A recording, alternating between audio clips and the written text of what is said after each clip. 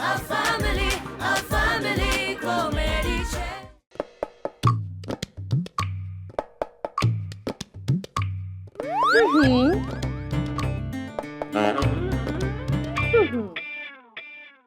જો તો જરા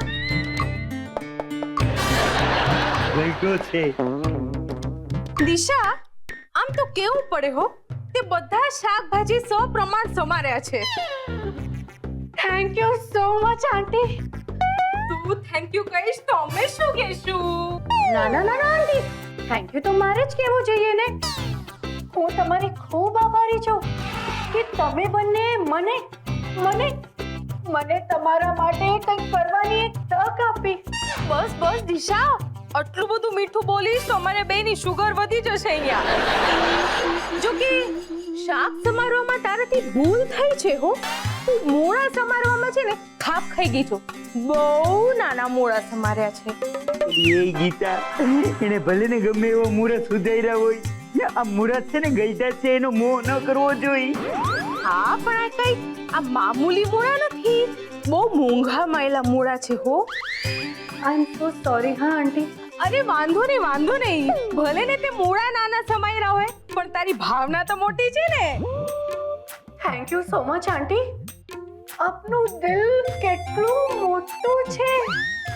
અને દિશા, એ તો હવારના મારી ઓલી બંદૂકડી કેવી ચોખ્ખી ચટ કરી નાખી હતી. Thank you so much uncle. હવે હું એને હાથ લગાડું છું ને તો મને એમ લાગે છે કે મારા હાથ મેલા છે ને એ મારા હાથ કરતા વધારે ચોખ્ખી છે. સમજી? શું અંકલ, તમે પણ કેવી કેવી મજાક કરો છો? ઇન શોર્ટ, તે આજે અમને બંનેને ખુશ કરી દીધા. અરે હા, ખુશ થવા પરથી એક વાર્તા યાદ આવી મને. તો સંભળાવ. ઓહો, દિશા, સૌથી પહેલા મારી બંદૂકડી સાફ કરી નાખી, પછી એવડી આનું બધું શાક સમારી દીધું, અને હવે વાર્તા. વાહ વાહ વાહ, ચાલુ રહી. તો સંભળાવું? હા સંભળાવ. હા, તો સાંભળો. એક હતો રાજા અને એનો એક પ્રધાન હતો. રાજાને ખૂબ નિરાશ હતી કારણ કે એનો પ્રધાન બહુ જ ઈમાનદાર હતો. વાહ, એ ગીતા, હજી છે ને આવડી એ વાર્તા માઇન્ડેડ છે, અને હજી કેટલાય પ્રકરણ આગળ આવશે એ તો જો. હું પહેલેથી જ વાહ. અને ઓલું કહેવાય ને, પુત્રના લક્ષણ પારણામાંથી, એવી જ રીતે વાર્તાના લક્ષણ પેલા પેરામાંથી. એટલે તારે છે ને આની વાતને કાન હોરો નહીં દેવાનું. તું તારે આગળ પ્રકરણ વધારી તારું મીંડ બોલવા. હા, તો સાંભળો. એક દિવસ રાજા બહારગામ ફરવા ગયો અને 1 મહિના પછી જ્યારે પાછો આવ્યો ને, ત્યારે ખબર છે ને શું જોયું? એણે જોયું કે એના પ્રધાને એના રાજ્યનું કામકાજ બહુ જ સારી રીતે સંભાળી લીધું.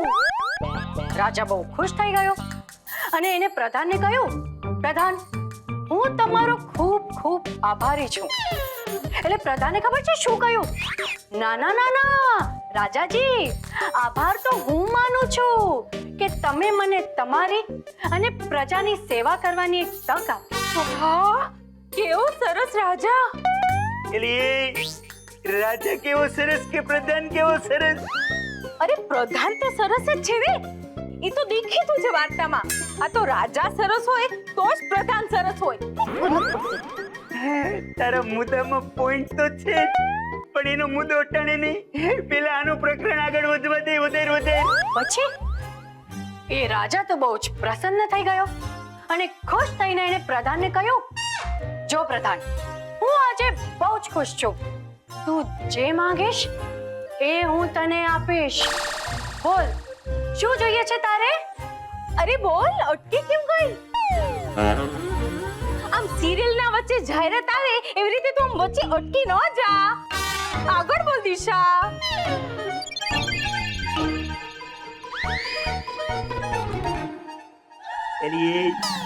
તું નહીં સમજે, ઘડી કેમ નમ ઊભી રહી જા, મને બોલવા દે.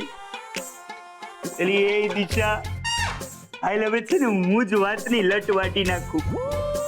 બોલ તું, માઈક માગે આપું. જુઓ અંકલ, મને તમારો વોટ જોઈએ છે. જો હવે ઓલા મુરાની મૂળ વાત કહી હતી. જો દિશા ચૂંટણીમાં છે ને ચારુ પણ ઊભી છે એટલે હું તો મારો વોટ ચારુને દેવાની છું. પણ બદલામાં હું કંઈક આપું તો શું? જુઓ આંટી, આપણા વડોદરામાં એક બહુ જ મોટી હોટલ છે, સ્વાદ. હા, મને ખબર જ હોય ને. પણ શું તમને એ ખબર છે કે એ હોટલમાં મારો એક બહુ જ ખાસ મિત્ર બહુ જ મોટી પોસ્ટ ઉપર છે, અને જો હું એને કહું ને તો એ તમને ત્યાં હેડ શેફની નોકરી આપી શકે છે. એ હોટલમાં તમે વાનગી તો બનાવશો જ, પણ સાથે સાથે નવા પ્રયોગ કરવાની પણ તક મળશે તમને. અને એ ઉપરાંત તમને લગભગ 1 લાખ જેટલો પગાર મળશે.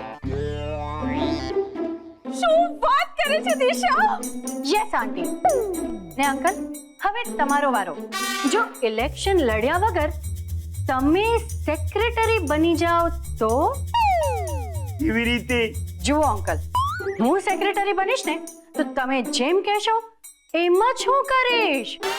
હું ફક્ત કામ જ કરીશ, પણ શું કામ કરવાનું છે, કેવી રીતે કરવાનું છે એ ફક્ત તમે જ નક્કી કરશો. હું તો માત્ર નામની જ સેક્રેટરી બનીશ. પણ અંકલ, આટલી પાવર તો તમારા જ હાથમાં રહેશે. જોઉં. હા, જોઈ લો, બિંદાસ જોઈ લો, આરામથી વિચારી લો. કોઈ ખાઈ નથી. ઓફર મારી ને ફેસલો તમારો.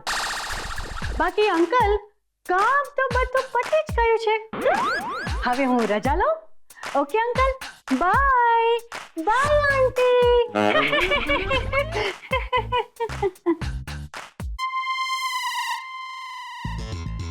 હું જો મારો વોટ દિશાડીને આપું તો 1 વોટથી કોઈને શું ફરક પડશે? હું જો મારો વોટ દિશાને આપું તો મારા 1 વોટથી શું ફરક પડી જવાનો? મિત્રો ને મારી સોસાયટીના રહેવાસીઓ, આજે આપણી સોસાયટીની શું દશા છે? પીવા માટે પાણી નથી. જુઓ, ચાલવા માટે સ્વચ્છ આંગણું નથી. હા, ઘડીક ઊભા રહેવા શીતળ છાંયડો આપે એવા વૃક્ષ નથી. અને આમ ને આમ જ ચાલતું રહ્યું તો આપણી સોસાયટી ઉજ્જડ વેરાન થઈ જશે. આવનારી પેઢીને એ વાત માનવામાં જ નહીં આવે કે અહીંયા કોઈ ભણેલા ગણેલા લોકો પણ રહેતા હતા. આપણો વર્તમાન જો આમ જ રહ્યો તો આપણે ભવિષ્યમાં ઇતિહાસમાંથી ભૂસાઈ જશું. પણ ના, આ દુર્ઘટના રોકવા માટે હજી પણ સમય છે. નસીબે તમને તક આપી છે અને એ તકનું નામ છે વોટ. તમે મને વોટ આપો અને આ સોસાયટીની કાયા પલટ જુઓ.